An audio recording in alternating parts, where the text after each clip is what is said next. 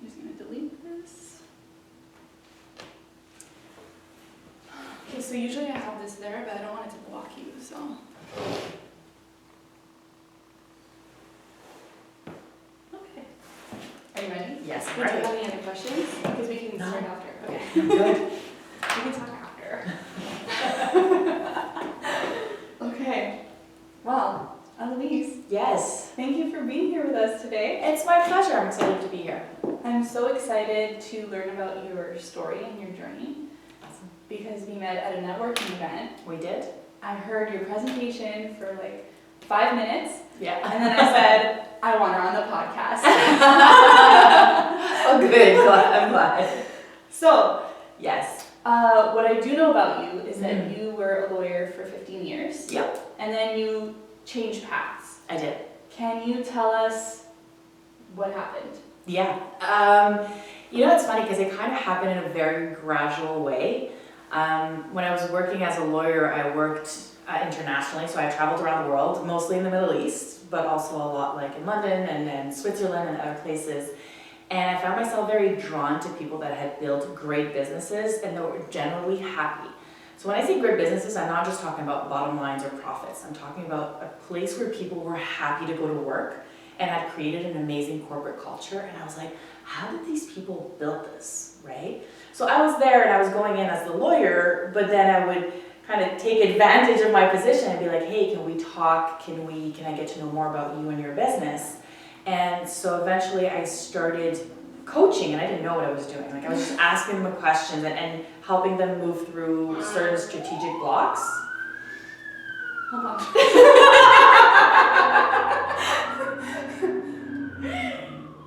Okay, that happens. It happens. It totally happens, and that's totally this is what happens when you do something live, right? So I started asking questions, and then through my questions, I was helping them find new paths and new solutions. And then somebody came up to me and said, well, why aren't you a coach? And I was like, a coach? But like in my mind, I used to do triathlons, right? So a coach was a coach, my swimming coach or my running coach or whatever. And then I started digging into it, and I was like, oh, this is so cool. Like I can do this. And about a few years ago, I had a decision. My father passed away, and I worked with my dad. And thank you. And I had a decision. I was like, well, do I continue the family business and keep going on my path, like as a lawyer, and continue the business, or do I start this new venture? And I said, you know what? I've had such a great time in the past few years doing it unintentionally that now I'm going to do it intentionally. And that's how I switched careers. It was really like just a progression of what I had been doing for years unknowingly. So while you were being a lawyer, Yeah. you were unintentionally giving them advice on how to grow their business. Yes, because I had been in it, and like my mom's an entrepreneur, my dad's an entrepreneur, Okay. my grandfather's an entrepreneur. He used to dig up wells, and so entrepreneurship is in my blood. Yeah. And I would read books. You know how people would read novels? I would read on corporate culture. I would read on organizational strategies. It's just something that really interests me. And if I didn't read that, I would read on emotional intelligence. And my Oh, that's sister's very interesting. yeah, right. My sister's a psychologist, so and my dad had a bachelor's in philosophy. So the type of discussions we'd have over dinner were like business and human potential. Like, it's just like not your typical Sunday night dinner, right? So after church was mandatory in our house. So it's always something that interests me. So when I was sitting down with corporate leaders and I could see that something was bothering them, I would tell them. And when you're a lawyer, you're protected by the client lawyer privilege. So people felt they could trust me with information about their business, and I was very, very humbled by that. And so I would start asking the question, well, did you see it from that angle? And maybe if we changed your mindset, because I was very big on reading on people's mindset, and not just positive thinking to say it's positive thinking, but just how you can change how you view things to reach a solution. So instead of saying, for example, how can I fix this problem? We'll say, okay, well, what solutions can I work with? Right? Wait, can you give us an example? Okay, so let me see an example. Putting you on the spot. Yeah, no, it's good. So let's say that you're launching a product, right? Mm-hmm. And you launch it and crickets. Nothing. You launch it into the wild and nothing happens. And you're like, okay, well, how can I fix this? Right? You're going to be like, oh, So instead of focusing on the problem, see, okay, what solutions do I have to make this product known? Could I go and give a workshop? Could I go and give a free talk? Could I reach out to people that have podcasts or other ways of getting my product out there? Right? So when you focus on the solution instead of the problem, and you start writing down all the resources that are made available to you, first of all, you're in a much more positive mindset because you're like, I'm looking for something right now. And then when you write it down, maybe you'll write down 25 ideas and 15 of them will suck, but you just come up with 10 great ideas and maybe you'll work on 3 of those. But if you had focused on the problem, you're already in a closed mindset. When you're like, well, how do I fix my problem? Well, the word that keeps coming out is problem, problem, problem. Instead of saying, okay, what solutions do I have? What resources do I have available to me? How can I make this happen for myself for this product that I just launched? Right?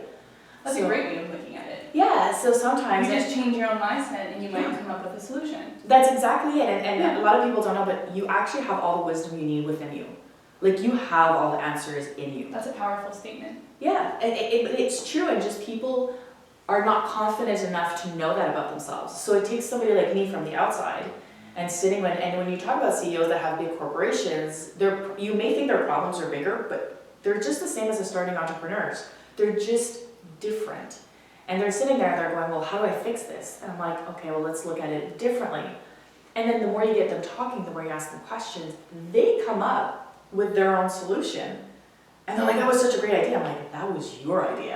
Like, you came up with that because you have that wisdom within you. You have that knowledge within you. But you need somebody to help dig it out. To see their potential. Yeah, to see their potential. And you know a lot more than you think you know. Whether it's through experience or something you read or something somebody told you, or you were just in a random conversation with somebody at a Starbucks. And that conversation gets registered somewhere in your brain, your subconscious, and then you let go of it. But there's little nuggets of wisdom and gold in there that when you start digging and you look at it from a positive perspective, it'll come back to the surface and you're like, oh shoot, like this person shared this with me and this is exactly what I need to focus on right now. So that's pretty much how I got started and got into coaching, and human potential is something I'm fascinated in. Because I truly believe, and I think I said that during my presentation, like I truly believe that everybody right now, if you're right here in 2019, then that means that the world needs your gift. Like you have a special gift and it's your duty to share it with the world. And then guys, the crowd went wild. That's what happened.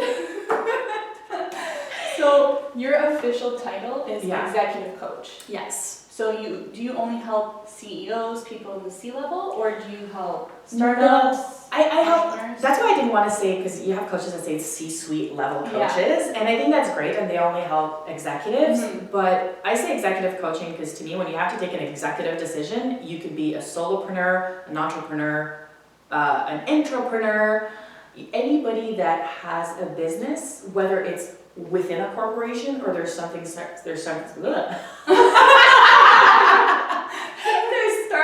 something out on their own. Those are people. Yeah, go ahead. Those are people that I work with. I just wanted to make sure it was recording. I think I'm paranoid. It's all good, guys.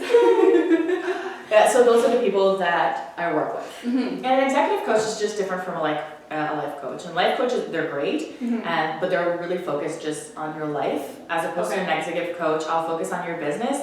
I'll, inevitably work on your life also, because the two will intertwine at one point, right? So you were a lawyer for 15 years. Yeah. Turned into an executive coach. Yeah. What were the first 6 months life? Hell. and I say this, and I mean hell because I think whenever you start a business, I think that there's a whole world out there on social media that makes it look like being an entrepreneur is the end-all be-all and the holy grail of anything you can do in your life, and if you're an entrepreneur, you've made it.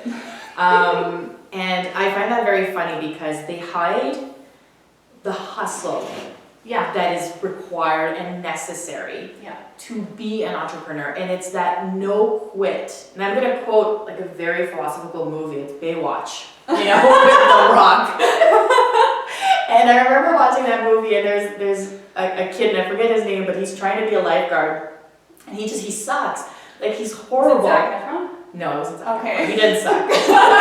It's the other one, the one that was the geek. Oh, I don't remember. Yeah, you don't remember. Yeah, I don't remember. It's just not Zac. And at one point, The Rock, very philosophically says, I like him because he's got no quit in him. And the kid he wouldn't quit. Mm-hmm. Like, he'd fall in the sand, he'd get up, and he'd get back on it, and he'd do it. Yeah. And I laughed, and I looked at my husband, and I'm like, that's exactly what it is to be an entrepreneur. Mm-hmm. Is you can't have quit in you. You have to keep going. And I don't know why I'm quoting The Rock again. And it's not like as if but he's made it. He's literally went from having $7 in his pockets to being who he is today. And he said, the road to success kind of feels like you're getting body shots and punched on a daily basis. Mm-hmm. And the difference between the person that's going to make it and the person that doesn't is the person that's going to keep going at it. And so when I started off my first 6 months, I literally felt like I was getting body shots, and I told my husband, and I looked at him, I said, I must be on my way to success, because I feel beaten up.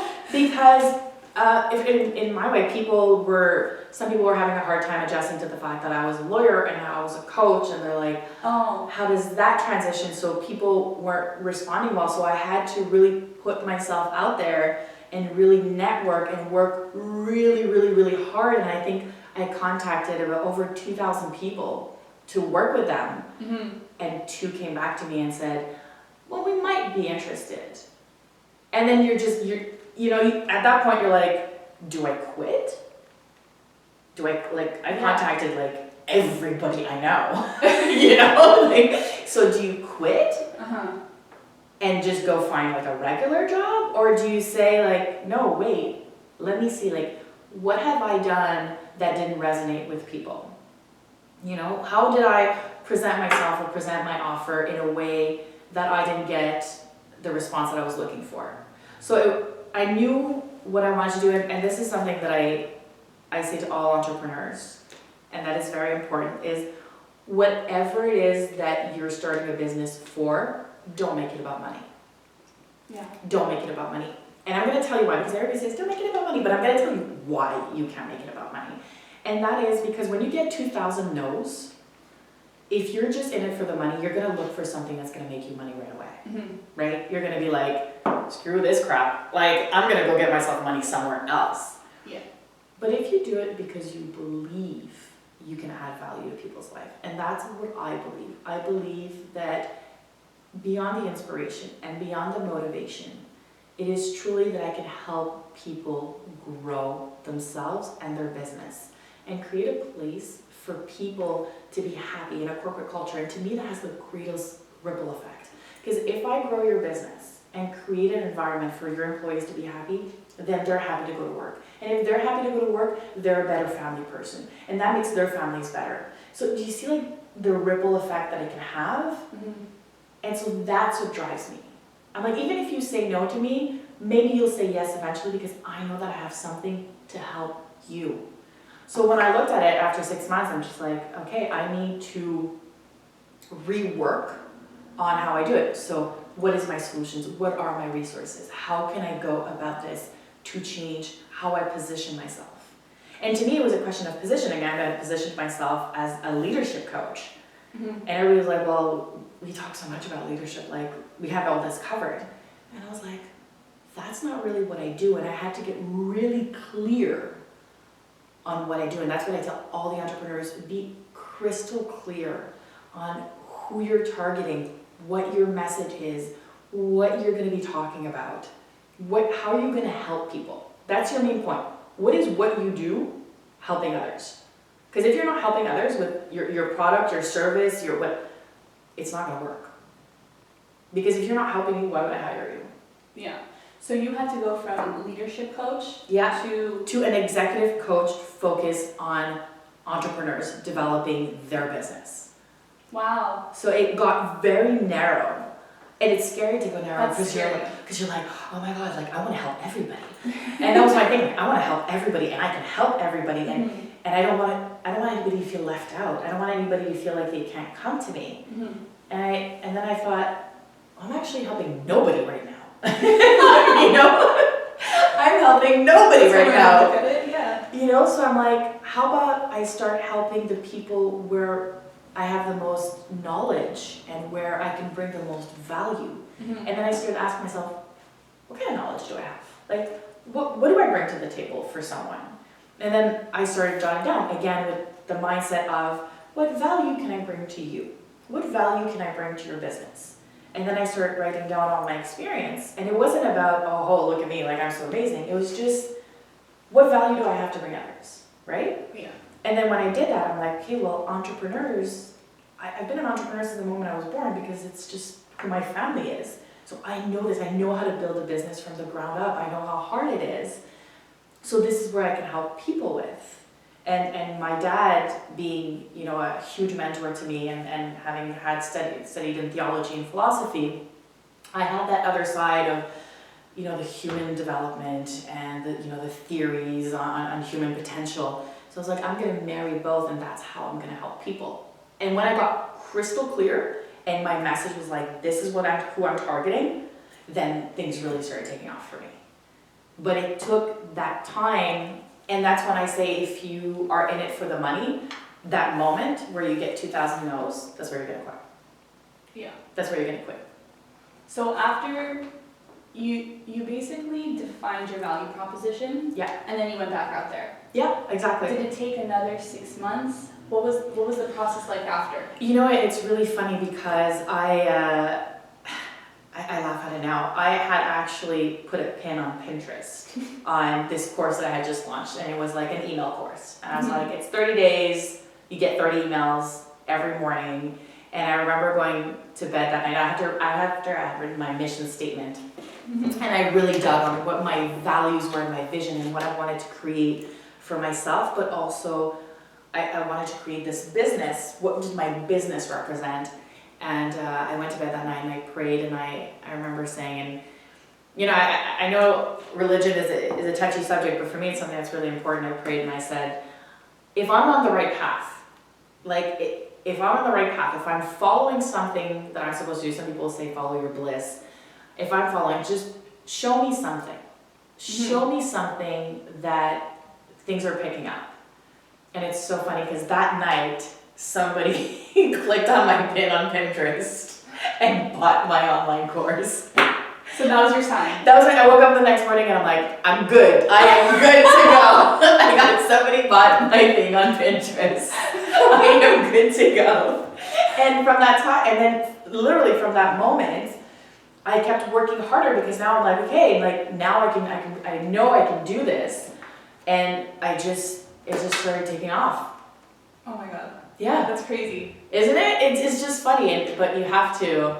I'm not saying if you don't get a sign, quit. That's not at all what I'm saying. But sometimes when you open your mind to see what's around you, sometimes you'll be able to notice opportunities that had you not opened your mind, they would have passed by you. Little things, like you'll check your LinkedIn account, or you'll call a friend and they'll say like, hey, there's a networking event, and you'll be like, you'll get this little hunch of, oh, maybe I should go. And that little hunch is you being guided to like, hey, there's something for you that's there, why don't you go check it out? You know?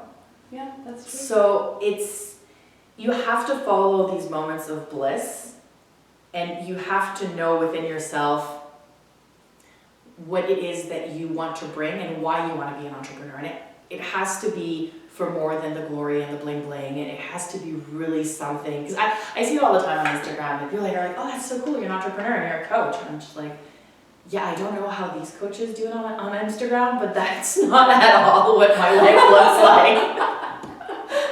You know? So. Well, that was actually my next question. Yeah. Can you give us a rundown of what a day in your life looks like? Yeah, sure, absolutely. So bear in mind, I have a 3-year-old and a 1-year-old, right? Oh, that's so cute, though. Thank you. So my life is maybe different from a lot of, but I say different, no, because everybody's got responsibilities. So mine are just different types of responsibilities. So here's a rundown, and this is legit how my day goes. Okay, so I wake up at 4:30 in the morning. So I knew I was gonna get that reaction, right? So the reason I wake up at 4:30 in the morning is twofold. I believe the morning is the most precious and special time of the day because there is a quietness in the morning that you will not find at any other time in the day. And if you look at yogic tradition, it's called the Brahman hour, like the godly hour, right? Which is before the sun rises. And You're like 3 hours before the sun rises. Yeah. I'm up super early, so I'm up at 4:30. So before I get out of bed, and by this time I don't need an alarm clock. Like my body just wakes up because I've been doing it my entire life. So I'm sorry, what time do you go to bed?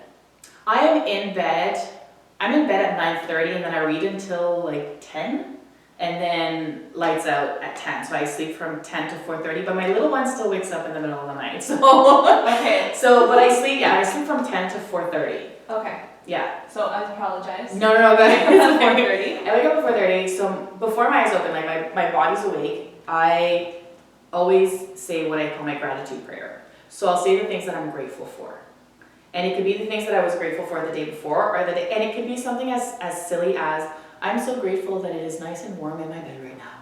Mm-hmm. It is really the little things. I try to be grateful for the smallest little details, like the fact that my golden retriever is sleeping at my feet. And that makes me feel safe and loved, right? Mm-hmm. The fact that my husband is next to me, the fact that my children are still asleep. I'll look for the little things. And then once I've done my grateful, I'll say my prayer, and I'll meditate. And I always say, thank you for the opportunities that are showing up for me today. As if the opportunities had already happened. As if I had 100% certainty that day, opportunities were going to happen for me. It's not even a question in my mind, something good's going to happen. Somebody's going to call me, or I'm going to be surfing the internet and something's going to pop up. I tell God, the universe, whoever it is that you correspond with, I'm telling them thank you for everything you're sending to me because I know you're sending me stuff today. So I'm going to say thank you right now for all the stuff that's going to happen today. So by the time my feet get out of bed, I'm in the best mood ever because I'm grateful, I am thankful, and I prayed and I meditated, so now I'm energized, right? Mm-hmm. And at 4:30, nobody's gonna call you, right? So this is my time to work because my children wake up at 6:30. So 6:30, 6:45. So I have about almost a little less than 2 hours to work. And this is where people say, don't look at your emails. No, this is where I want to respond to people. This is when I want to send them information so that when they get to work, I'm right there in their inbox.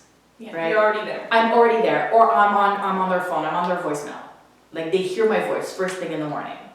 I want to get that done. So all the work that requires focus and attention, I get it done right away in the morning. First thing. So if I'm working on a blog post or a free template to download for my website, anything, I'm going to get it done that morning. My presentation that you attended, you were at, that was done for 2 mornings from 4:30 to 6:30. Because that's a great presentation. Thank you. Yeah. Because that's where all my energy and my focus and my juices are. Because I know that I'm not going to be disturbed. So I have my coffee, and then my golden comes and rests on my feet because he's not going to be up at 4:30. He's like, no, I still need to sleep. And then by the time my children wake up, I'm like, all right, let's go. I'm all happy, I go get them. I'm like, and it's hilarious because my husband's like, don't talk to me until I've had 2 coffees. But I'm that person in the morning, and so they wake up at 6:30. I spend time with them, which is so important to me because I'm very intentional about my time. Mm-hmm. If I'm with you right now, I am with you. I'm not thinking about what I'm going to have for dinner. I'm not thinking about returning phone calls. I'm with you. So when I wake up at 4:30 in the morning, I'm with my work. And then when my children wake up, I'm with my children. I'm on the floor. I'm crawling. I'm playing with them. I'm not picking up my phone. Mm-hmm. I'm intentional about the time that I spend. And then when they go off to daycare, I go to the gym.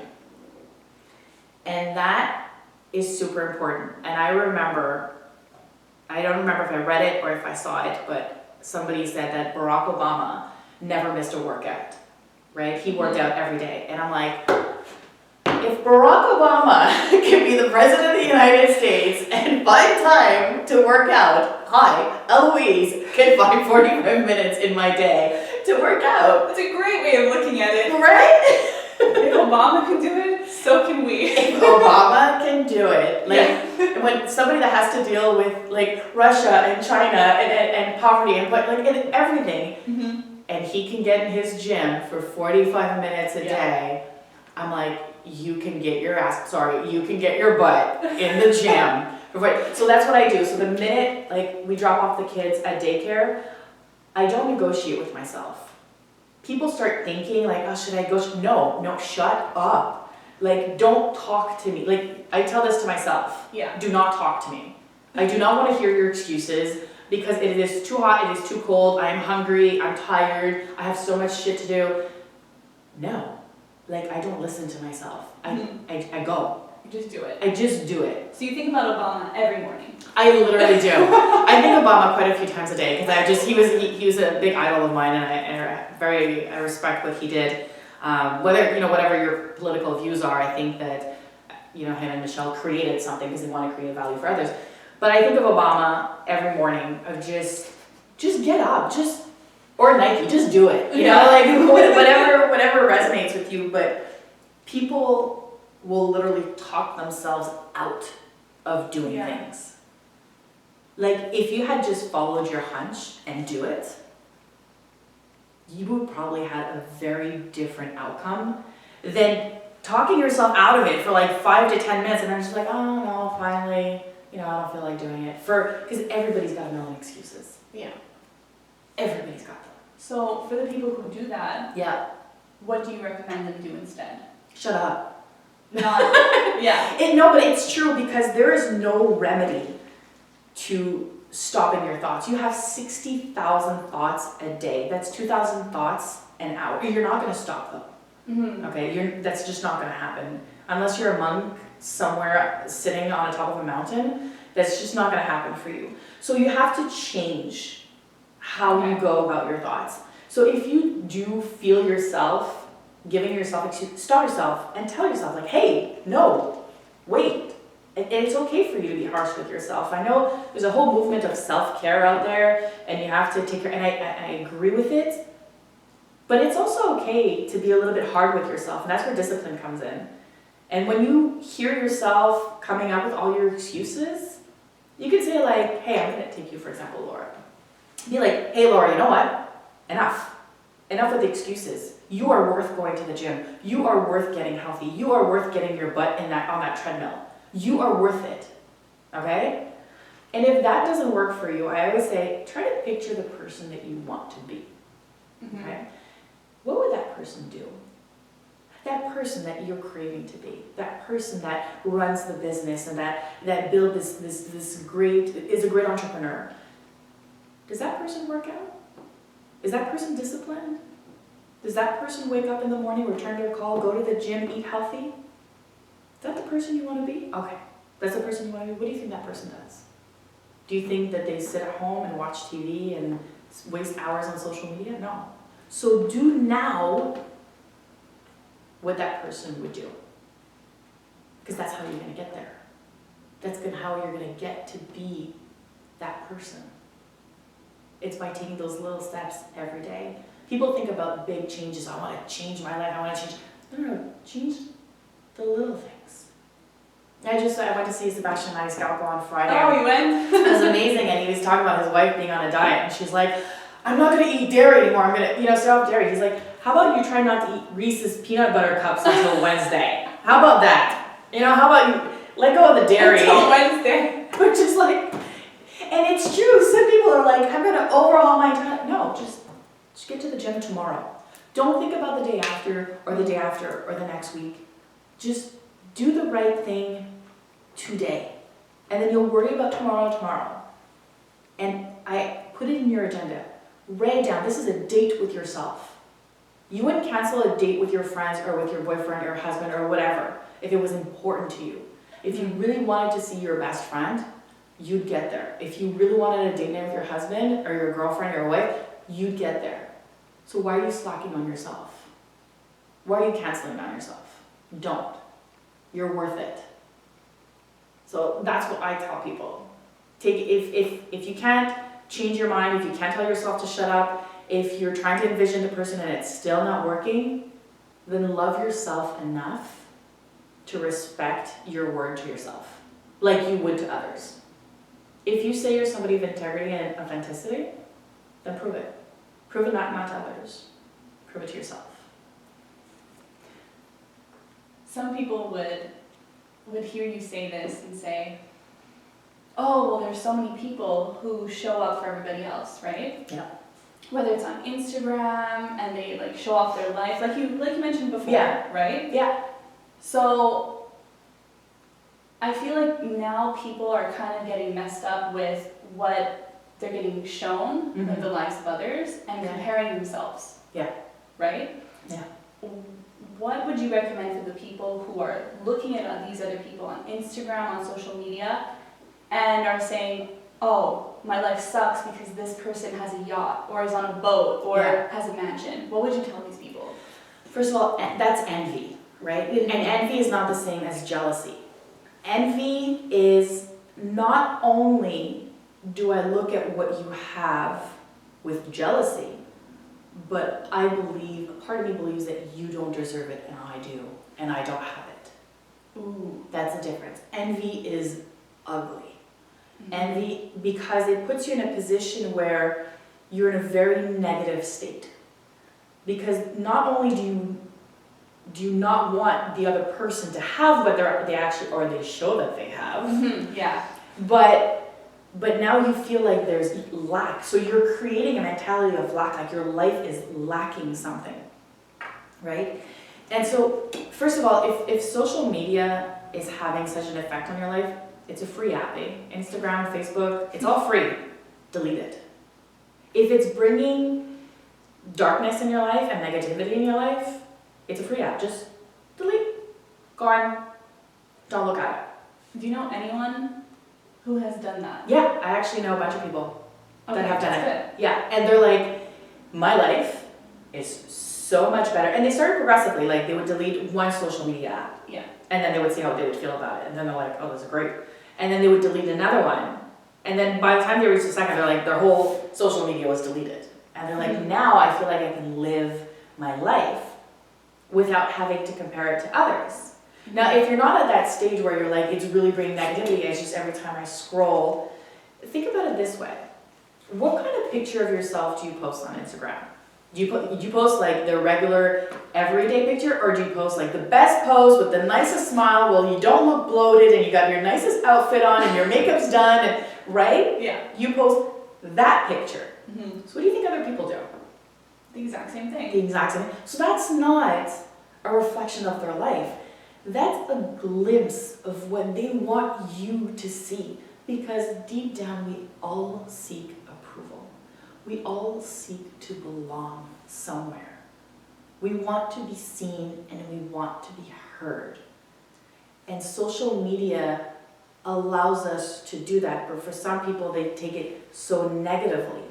So when I look at things, and sometimes, and I'm not immune to it, like I'll look at it and I'm like, wow, that's awesome. The first thing I say is, I'm so happy for that person.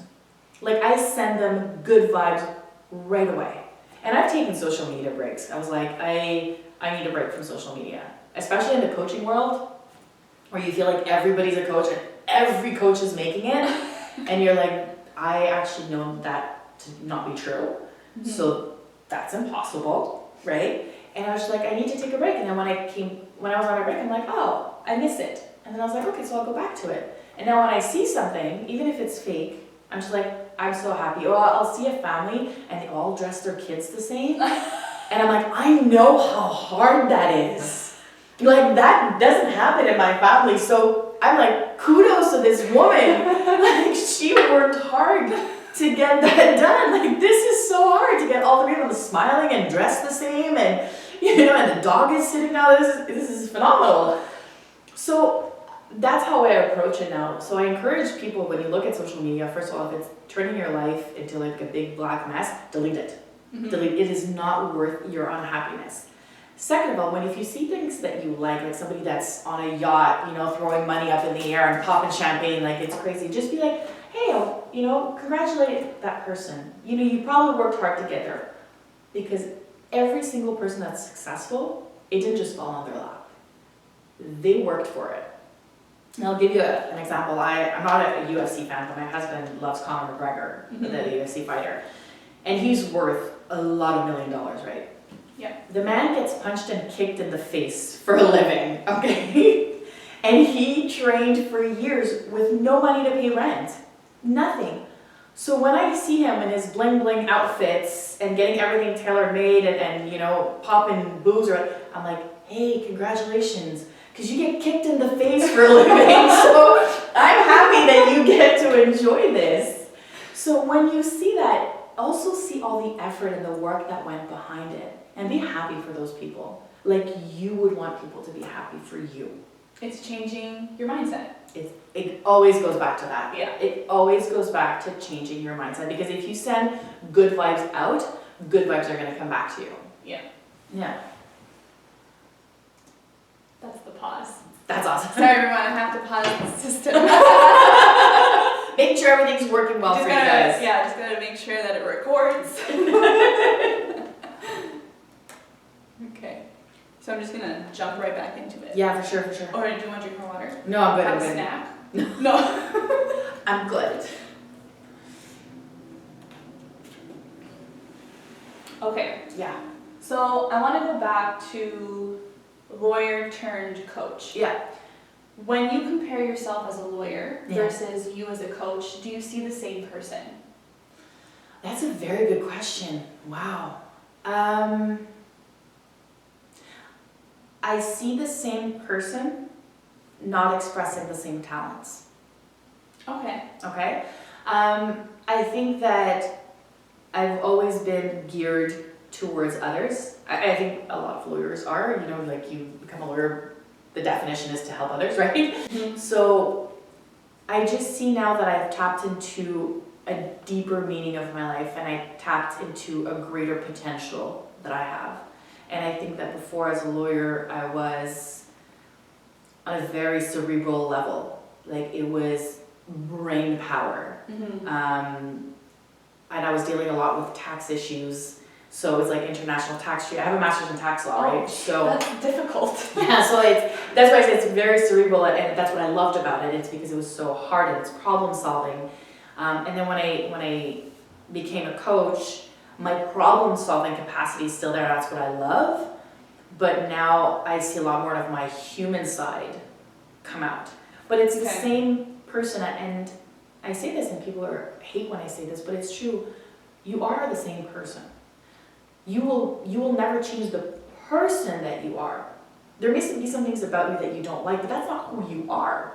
When people say, well, I'm an alcoholic. No, you're not an alcoholic. You have an alcohol problem. Mm-hmm. But deep down, you're probably a phenomenal person. You have these amazing qualities and talents that are within you. You just probably haven't expressed them yet. Mm-hmm. So when people say, I've changed, no, you've discovered who you are. You've discovered your potential. You're expressing your talent. But that was always within you. You just found a different way to express it. So I think I was the same person. Now I'm just expressing different sides of me. And I love those sides. The more human side, the more connected side, without giving up my problem-solving, loving brain. Mm-hmm. But yeah, so I think I am the same person because I don't think you can fundamentally change the person. Okay. Right? Not to confuse with like bad habits or bad behaviors or bad environments or, really truly who you are deep down. Yeah. And I also wanted to ask you before, when you said that you grew up in a family of all entrepreneurs. Yeah. And then you ended up being a lawyer with your dad. Yeah. Right? Yeah. Did you ever think you were going to be an entrepreneur? Yeah, there was no doubt in my mind. Oh, okay. There's no doubt. Yeah. There's no doubt. And I became a lawyer, and it's funny, because my dad said, well, do you want to go to law school or do you want to go to law school? Oh. So lots of options. Lots of options. So I remember I had applied in philosophy, mathematics, and law. Mm-hmm. Right? And then I got accepted in law, and my dad was like, okay, so we don't care about the others. And like, I have to say, if you listen to this and you're like, well, she listened to her dad. My dad's been my best friend since I was 3 years old. Like, we were inseparable, yeah. So, and my dad always viewed things from a mentor's perspective. My dad didn't care for the title. He said the way law is going to structure your thinking, your writing, your ability to problem solve, that's what I want to learn. And he's like, I don't care if you become a lawyer, don't do the bar exams. What I want is you to develop a way to think, speak, and write. That's what I want for you. He's like, afterwards, you can do whatever it is you want. But yeah, when I was a kid, I started making, I think I was 10 years old, I was making clothes for my doll. And I was trying to find a way to sell them. So, oh my god, that's adorable. Yeah, you know, Cabbage Patch Kids? Yeah. Yeah, I would make clothes for them, and I would like draw them, and my mom was very good at that. She would provide me with everything that I need. We'd go to like the fabric store together, and we would look at fabrics, and yeah, so they nurtured that in me, right? They nurtured my creativity and what I wanted to do, but to me, being an entrepreneur was never a question, and to reinforce the point, I actually had a job, and I say I had a job, where I worked for an accounting firm, and that lasted 9 months. And I did my job well, but I was always trying to find a way to get new clients or provide new services for clients, and I was a junior. Like, I had no right doing that. And I got reprimanded for it. And they're like, why don't you just do your job? And they were right. And I said, well, I don't want to do that job. I want to do this. Like, I want to go out there and I want to get clients and I want to, explain what kind of services we offer, and I want to. And so I called my dad, and I'm like, oh, I don't think this is for me. He's like, well, thank God you realized it, because he didn't want to tell me. He wanted me to create my own path. So yeah, being an entrepreneur, it was always something that I knew I was going to do. There was no question in my mind. And I'm an extremely hard worker. Before I had kids, easily worked 80 hours a week, 100-hour weeks. I've done those, didn't mind them at all. To me, it's more to have the capacity, the freedom, and the creativity to do something that I believe in. Yeah, I think that's what it's all about. Yeah. Yeah. So, I went on your website. Yes. Eloïse. Lifebyeloise.com. Lifebyeloise.com. Yes. And you discussed several concepts. Yeah. What stuck out to me the most was self-leadership. Oh, that's awesome. I'm glad you brought that up. Yeah. Yeah. So can you talk to us more about that? Yes. Okay. So leadership is big, right? We always talk about leading others with, compassion and being able to listen, because leaders before were these like hardcore, almost dictatorial people, and that's how we envisioned them, right? Or we envisioned them as Martin Luther King, delivering great speeches and then having crowds of people follow him, being a great leader. But when you look at leaders, you often look at what they express outwardly, right, towards others. But the thing is, if you don't know how to lead yourself, you won't be able to lead others. Because people will follow authenticity. People will follow someone that is disciplined. Like, would you follow somebody that's exactly like you? Or would you follow somebody that looks like you, acts like you, but just achieves something maybe a step or a few above? And you're like, ooh, I want to do that too, right? But how did they do that? How did they get there? And that's where self-leadership comes in. Self-leadership, we're talking about owning your decisions and owning your life. Owning how you got to where you are right now and where you want to go. We're talking about being proactive.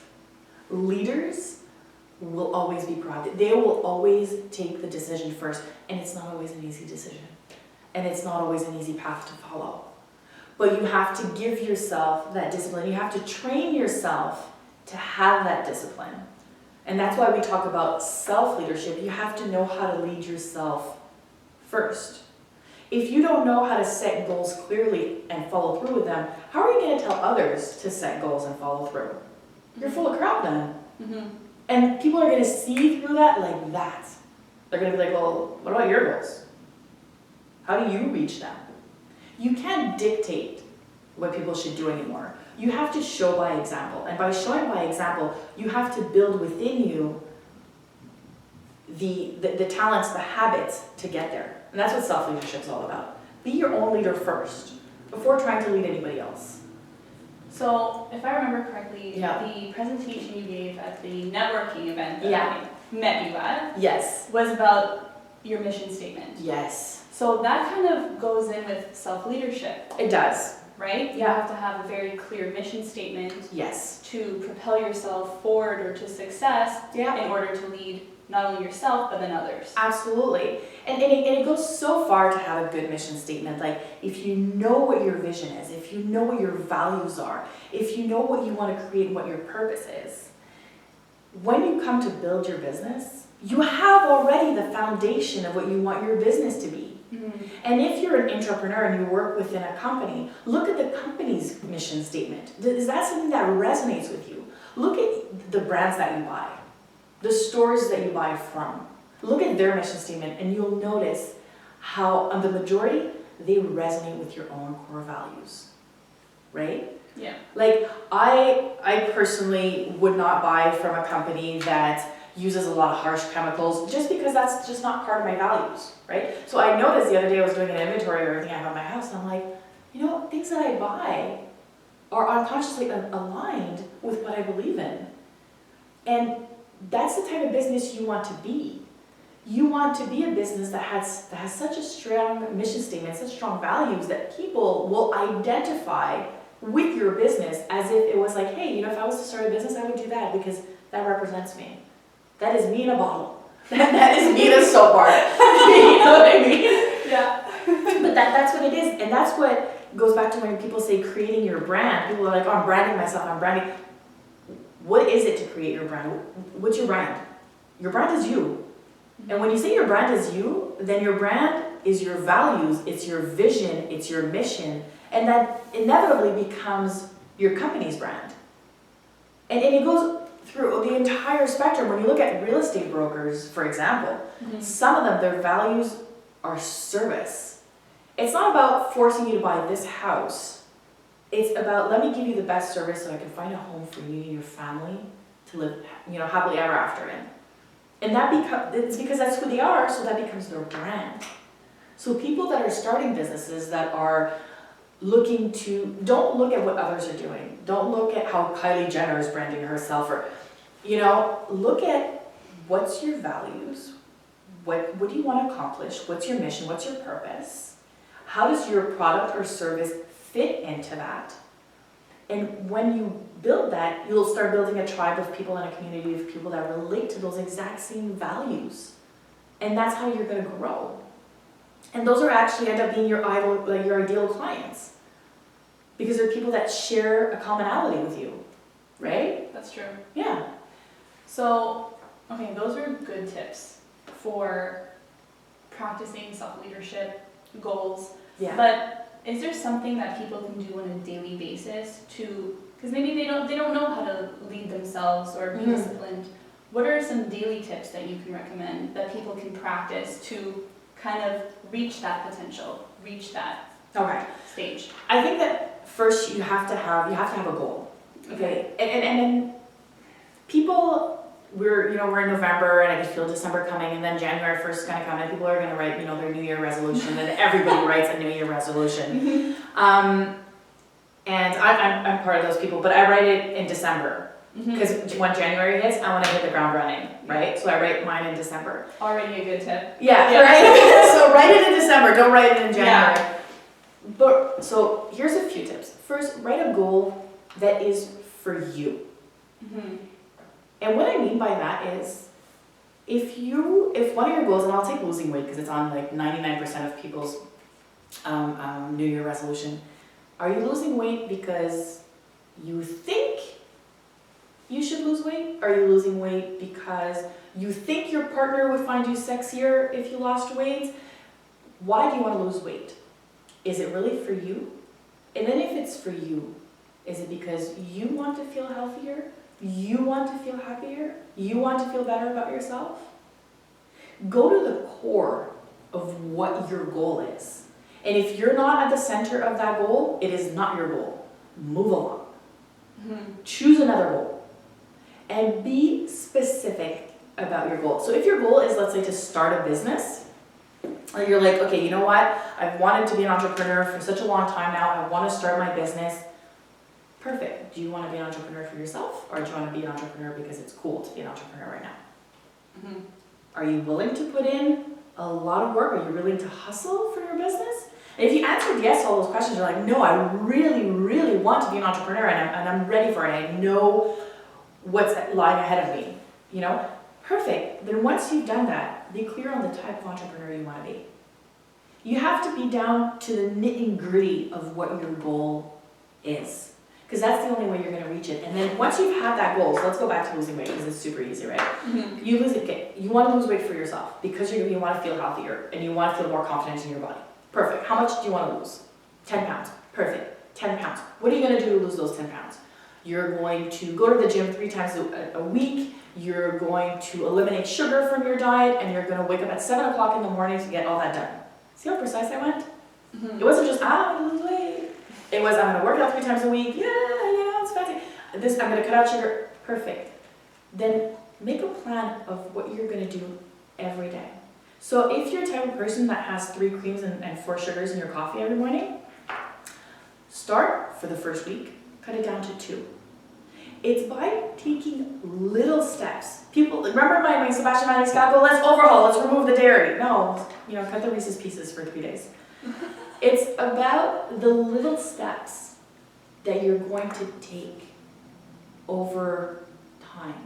And people, it's so important to say that you need to be, and this is a lesson for all entrepreneurs and all the goals that you have, you need to be consistent and you need to be persistent. Yeah. So let's say you cut out the sugar from your coffee for 4 days, and on the 5th day, somebody, at your office or wherever goes to Starbucks, knows that you like a bunch of sugar in your coffee, loaded it up, gives it to you, you drink it, you're like, oh crap. That's fine, don't be hard on yourself. Tomorrow's a new day. Start fresh. Cut out the coffee. Cut out the sugar.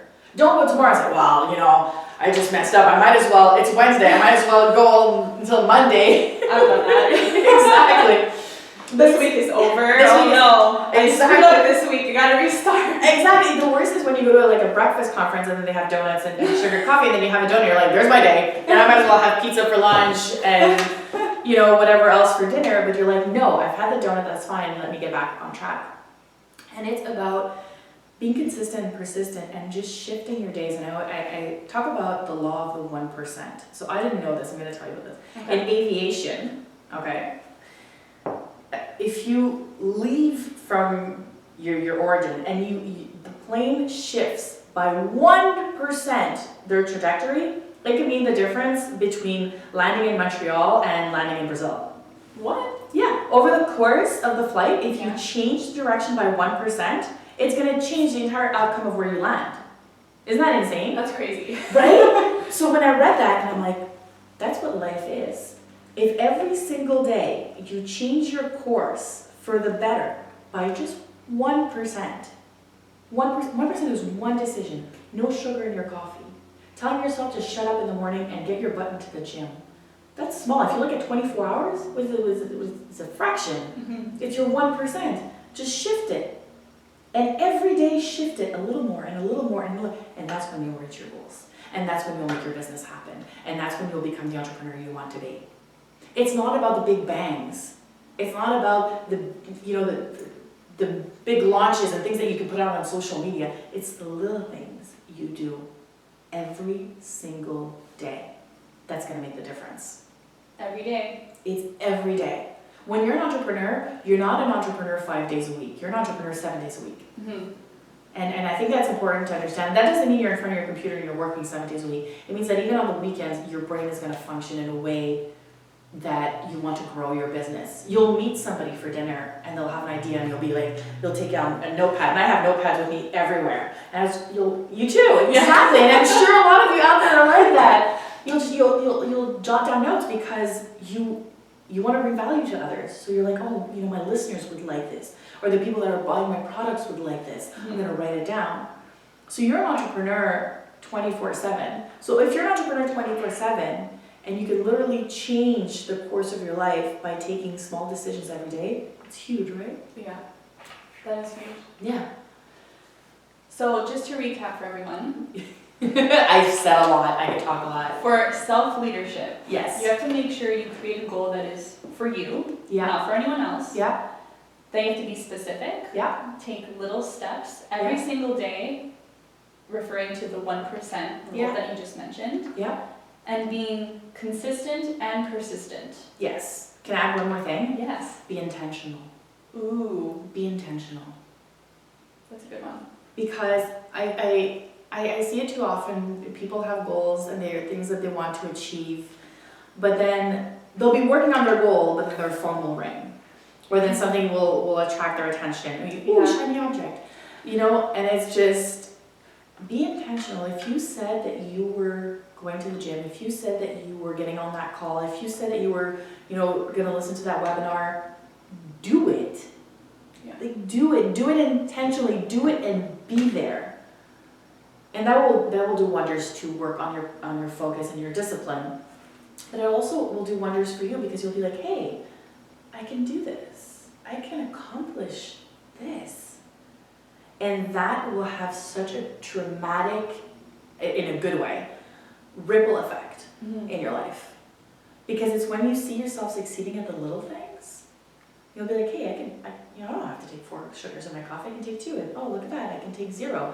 And oh, I don't need that cream, and wow, I function so much better now that I'm not eating so much sugar, and I'm so proud of myself. And then, because you've created that, this is where leadership comes in. This is where your self-leadership, you've built it for yourself. Then you can tell somebody else, hey, I know how hard it is, but look what I've done. Yeah. You could do it too. And then people will start following you. And they'll be like, oh my God, that's awesome. I want to follow that girl because she's done something that I want to be able to do. That's where you lead others. You start leading yourself. Yeah. Right? Yeah. So, yes. I have a very interesting question for you. Oh, hit me with it. The name of this podcast is Yes. the No Formula Podcast. Yes. Because there is no formula to success. Absolutely. So you believe in that? Absolutely, 100%. Okay. If there was a formula for success, there would have been one book Yeah. written by one author Okay. that would have said, do this, Mm-hmm. plus this, equals success, Mm-hmm. and everybody would be successful. Yeah, because I feel sometimes when people think of coaches, whether they're executives, successful, whatever, they think that they come meet with you, they give you one format, they give you kind of like this thing to follow, and then that's how you succeed, or that's how you reach your goals. But that's not the case. No, that would be a very bad coach. So if your coach does that, that's not a really good coach. But no, there's many different, there's underlying truths that follow success, right? Mhm. Like being persistent, being consistent, having discipline, and working hard. Like those are the foundation of success. I have yet to meet someone that was successful. Even books that people I haven't met that are extremely successful, that haven't worked hard, sacrificed, failed. Mm-hmm. That's another thing as an entrepreneur, don't be afraid of failure. You're gonna fail, and if you don't fail, you're not trying hard enough. Okay. Okay? Fail, and then, but how you build from that is as unique as your gift, as unique as you are. There's no straight road for success. There isn't. There's just the foundation that's the same for everyone. That's a good way of putting it. So looking back at your whole journey Yeah. and where you got to today, Yeah. where you are right now, Mm-hmm. what do you think is the one thing that got you here? Learning from failure. Learning from failure. And I think people are afraid to fail because it hurts, because it's a stab to your ego. Mm-hmm. But if you look at it, you're often afraid of failure, not because of you, but because of people around you. I'm going to fail, so what is so-and-so going to think of me? Mm-hmm. If I fail, what is my partner going to think of me? It's often, when you dig, it's often related about how your perception, you feel others are going to perceive you. But if you're not willing to fail, like was it Edison, it took him 1,000 tries Yeah. I to, think so. yeah, well, what if he had stopped at 800 or 700? Or best, if there's a child in your life that's just starting to walk, look at them. Do they quit and say, you know what, I don't think walking's for me. I'm just gonna crawl for the rest of my life or sit on my butt for the rest of my life? No. They get up, they fall, they get back up, they fall 1,000 times a day. And what do they do the next day? The exact same thing. Because they're learning to coordinate their body. It's the same thing when you're an entrepreneur. But if at every failure, you're like, oh no, this is not, you start questioning yourself and you start, oh, this is not for me, maybe I'm not made to be an entrepreneur, maybe this is too hard. No. Look at it and be like, okay, so this was a total disaster, all right? Let's be honest, don't hide from it. Yeah. This is a total disaster. I've messed up, like this is a huge failure. Perfect. What can I do differently now? What did I do this time that didn't work so well? Yeah. How can I modify it? How can I approach it differently? What are my resources? That's what you look at. And I can tell you that I've always grown from every single failure. And I've had some massive failures in my life. Massive failures. And my massive failures taught me how to negotiate. My massive failures have taught me that, hey, I'm worth fighting for. Like, my goal is worth fighting for. It taught me how to reposition myself. It taught me how to look, I was telling you, 2,000 people said no to me. But I still know the value of what I have to offer, so how do I present it differently, right? Yeah. But if I had considered that to be a failure and my end-all be-all failure, then I wouldn't be here and I wouldn't have met you and I wouldn't have been able to give that presentation. And so many good things that happened to me wouldn't have happened, right? Yeah. So it's really about learning to embrace failure. Be like, you know what, I'm gonna go all in, and if I fail, I'll fail, that's fine, it'll teach me something, and I'm gonna keep going. Yeah. And it comes back to your mindset. It comes back to your mindset. People have failed and went bankrupt and came back and were heroes and triumphs, and we celebrate them, right? Yeah. We celebrate the person that has failed and come back and has succeeded, yet we don't want it to happen to us. Yeah, we're too scared. We're too scared. We're like, no, it's good that you failed and succeeded. I'll clap you, but as long as that doesn't happen to me, well, how do you want to get there then? Yeah. How do you want to get to where that person is? If you're not even going to try, right? If you're not even going to try. Yeah. So, before we wrap things up, Yes. Are there any last pieces of advice that you want to give the audience? Oh, there's so much. There's so much to talk about.